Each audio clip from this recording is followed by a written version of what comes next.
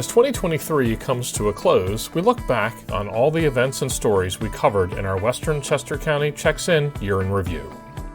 January started off with our Local Government 201 course offered free to local leaders to help them learn more about policies and procedures for leading municipalities. We also hosted our breakfast with the commissioners at the Boy Scouts building in Exton.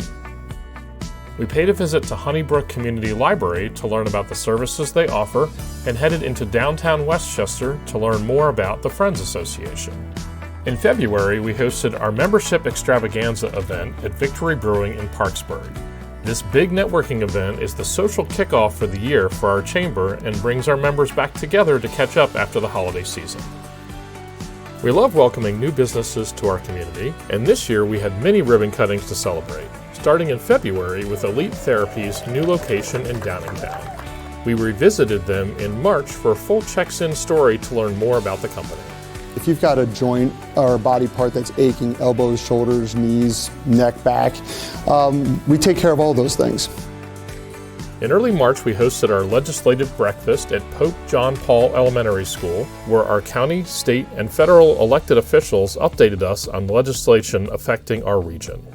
Our members love our happy hour events. Animated Brewing welcomed us for our March happy hour at their new Parksburg tasting room. The spring brought warmer weather and several ribbon cuttings in downtown Coatesville, including the Record Kitchen and Bar, who also gave Ashley a lesson in pizza making, and the Splitting Edge axe throwing right next door. They hosted us for an evening happy hour event in the fall where attendees were able to try their hand at axe throwing. Our chamber staff did pretty well. We are very excited to welcome Piasecki Aircraft Corporation to our region. They acquired the former Lockheed Martin Sikorsky Heliplex facility and celebrated a ribbon cutting in late May. They plan to turn the 219,000 square foot facility into an advanced R&D center for next generation vertical takeoff and landing aircraft, along with unmanned aerial systems.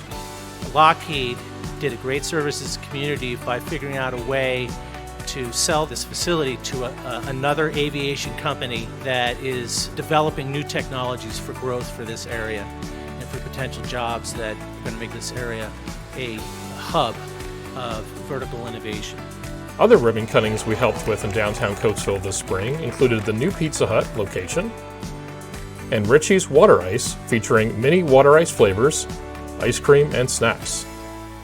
Richie showed us around and let Ashley try one of their tasty treats when we returned for a checks-in story later on in June. It's been great. I didn't expect it to be as good as it's been already, because everybody in the community is supporting this. They come in here so excited to have a business like this close by, because they're all like, oh, I don't have to drive out there no more. I don't have to, go there. My kids can now get something like that. So the community has been great. During the spring, we were able to visit new chamber member and year-long partner IT Edge in Westchester to learn about all the services they offer.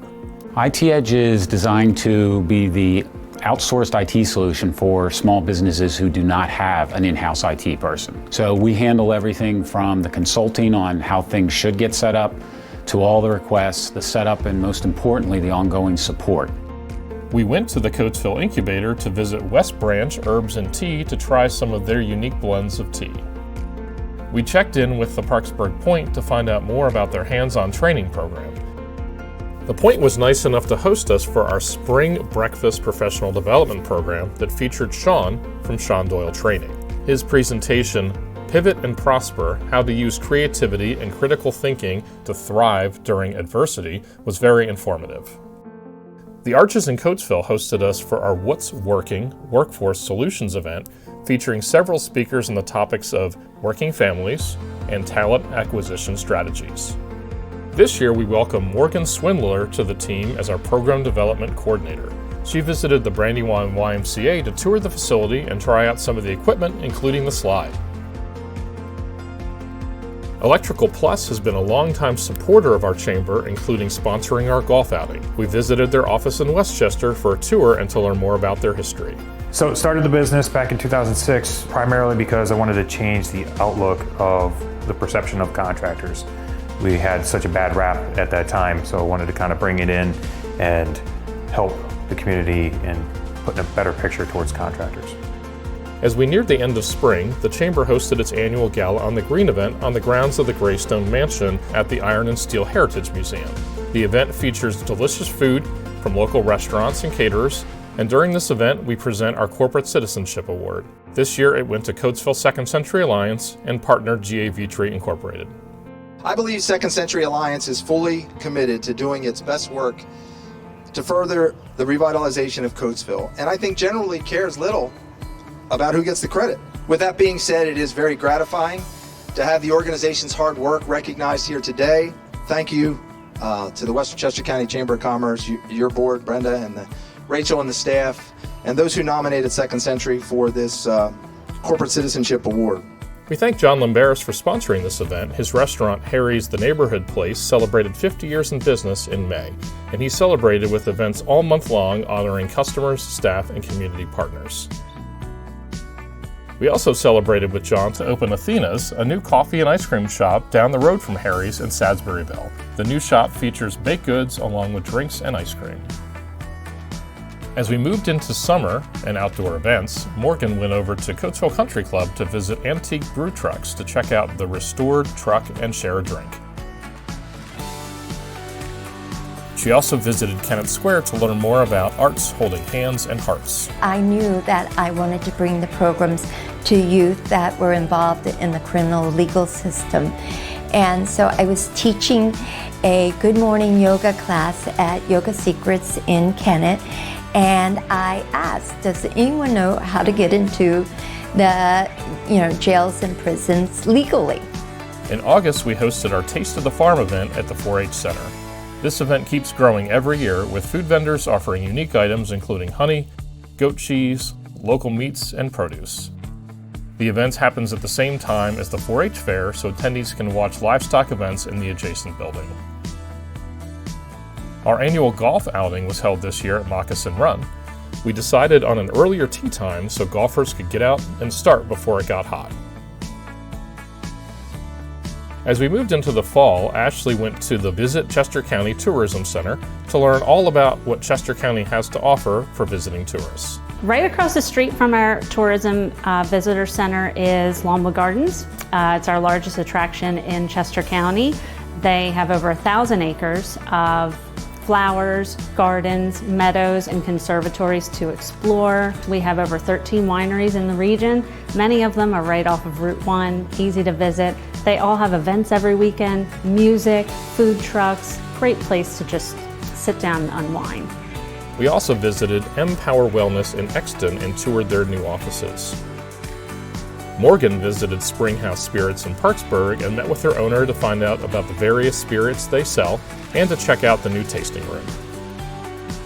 In September, we co-hosted the preview party for the Coatesville Invitational Vintage Grand Prix at Crosby Woods Brooklawn Estates. In October, we held our annual dinner, this time at the brand new Gardens at Applecross venue in Downingtown. The outdoor patio and indoor space were stunning, and everybody enjoyed the food from Sirac Catering. During this event, we presented our Joseph G. Filaromo Jr. Community Service Award to John H. Lamberis with Harry's The Neighborhood Place, and our Elliot R. Jones Award to Michael Geyer of Mid-Penn Bank. We also celebrated our outgoing president, Brenda McNeil, with Mahoney Environmental, and welcomed our incoming president, Michaela Skills, with Citadel. Our chamber thrives because of its strong volunteer committees. In November, our regional planning committee toured Arizon, an air compressor manufacturing company in Valley Township. We hosted our Municipal Update Lunch event at GA Vitri Electric, also in Valley Township. This event has grown to over 250 attendees featuring updates from multiple municipalities throughout our region. Every year this event has gotten a little bit bigger, and I think it's a direct reflection of the development that's happening in Western Chester County now. And here we are, wrapping up another year. Time really does fly. As 2023 board president, I would like to personally thank the board, committee participants, and membership overall for an amazing year of growth as we continue to celebrate the history, legacy, and future of the Western Chester County Chamber of Commerce. Here's wishing everyone a safe, happy, and healthy 2024. Great things are coming to Chesco West.